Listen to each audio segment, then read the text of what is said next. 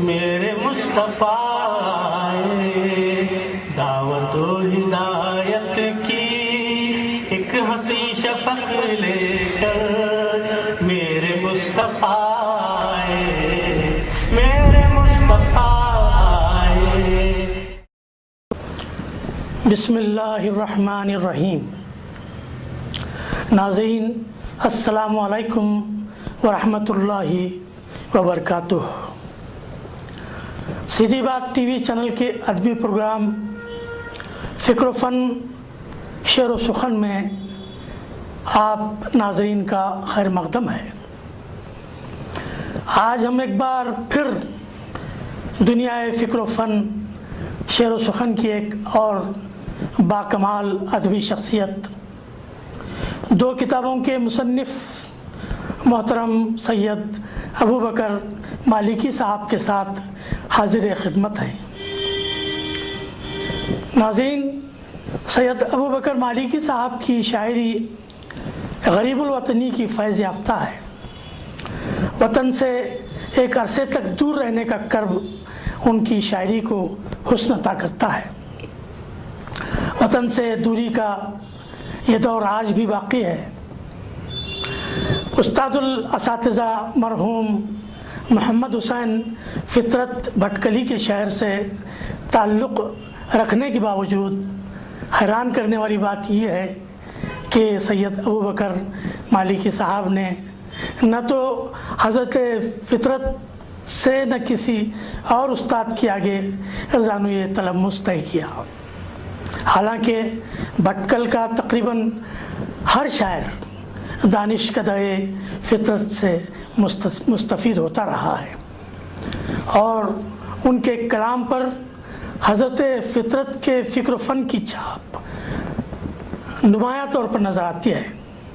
لیکن سید صاحب نے جو کچھ بھی لکھا خود اپنی صلاحیتوں کے بل پر لکھا۔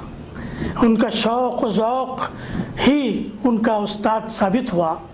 معنی آفرینی کے فقدان کے سبب جدید غزل سے وہ خوش نہیں۔ روایت کی پاسداری ان کے کلام کا خاصہ ہے۔ میر و غالب، مومن و داغ اور حسرت و جگر کے مکتب فکر سے ان کی وابستگی رہی۔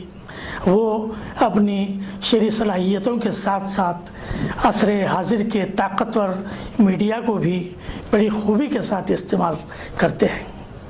میڈیا کے میدان میں جدید ٹیکنالوجی سے ان کی واقفیت ان کو عالمی سطح پر متعارف کرنے میں ممد و معاون ثابت ہوئی ہے۔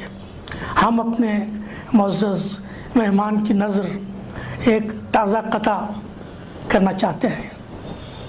عرض کیا ہے، رہا وطن میں تو اردو زبان کا غم بھی رہا، رہا وطن میں تو اردو زبان کا غم بھی رہا، وطن سے دور رہا ہاتھ میں قلم بھی رہا، وطن سے دور رہا ہاتھ میں قلم بھی رہا، بڑے خلوص سے سید نے شاعری کی ہے، بڑے خلوص سے سید نے شاعری کی ہے، سخن میں اس کے نوایت کا زیر و بم بھی رہا، سخن میں اس کے نوایت کا زیر و بم بھی رہا۔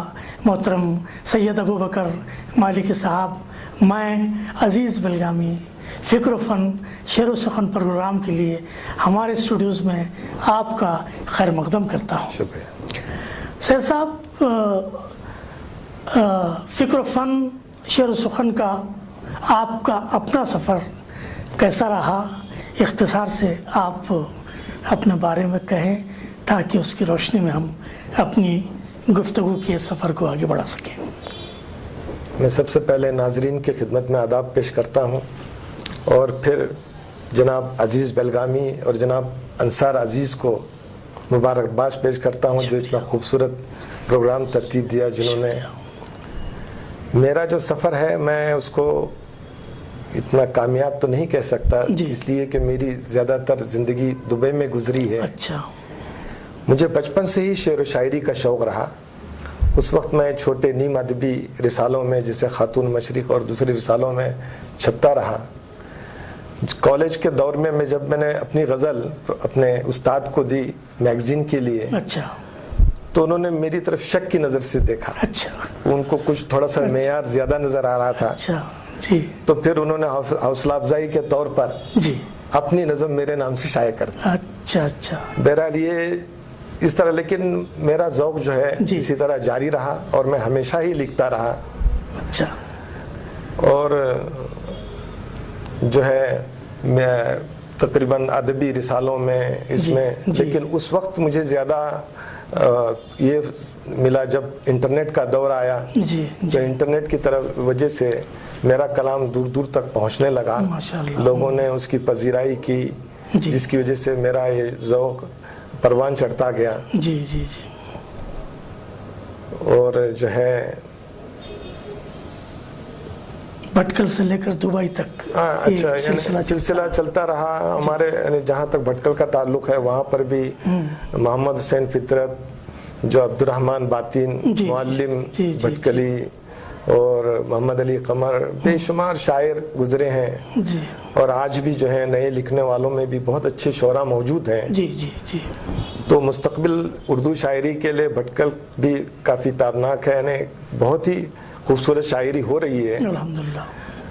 تو نا امیدی تو نہیں ہے جی لیکن زندگی کے زیادہ تر حصے جو وقفہ ہے ہم نے دبئی میں گزارا ہے. جی. اور وہاں پر بھی ادبی ماحول ہے. جی. وہاں پر بھی مشاعرے ہوتے ہیں. جی مشاعروں کا جو ہے پہلے فارمیٹ تھا، ایک سلیم جعفری ہوا کرتے تھے جی جی جو بہت خوبصورت مشاعرے کرتے تھے، ادبی مشاعرے اور سنجیدہ مشاعرے ہوتے تھے. جی. دوسرے ایک تھے ڈاکٹر زیدی اچھا جو طنز و مزاح اور جو زندہ دلان وہ مشاعرہ کرتے تھے. وہ بھی بہت دلچسپ ہوتے تھے. لیکن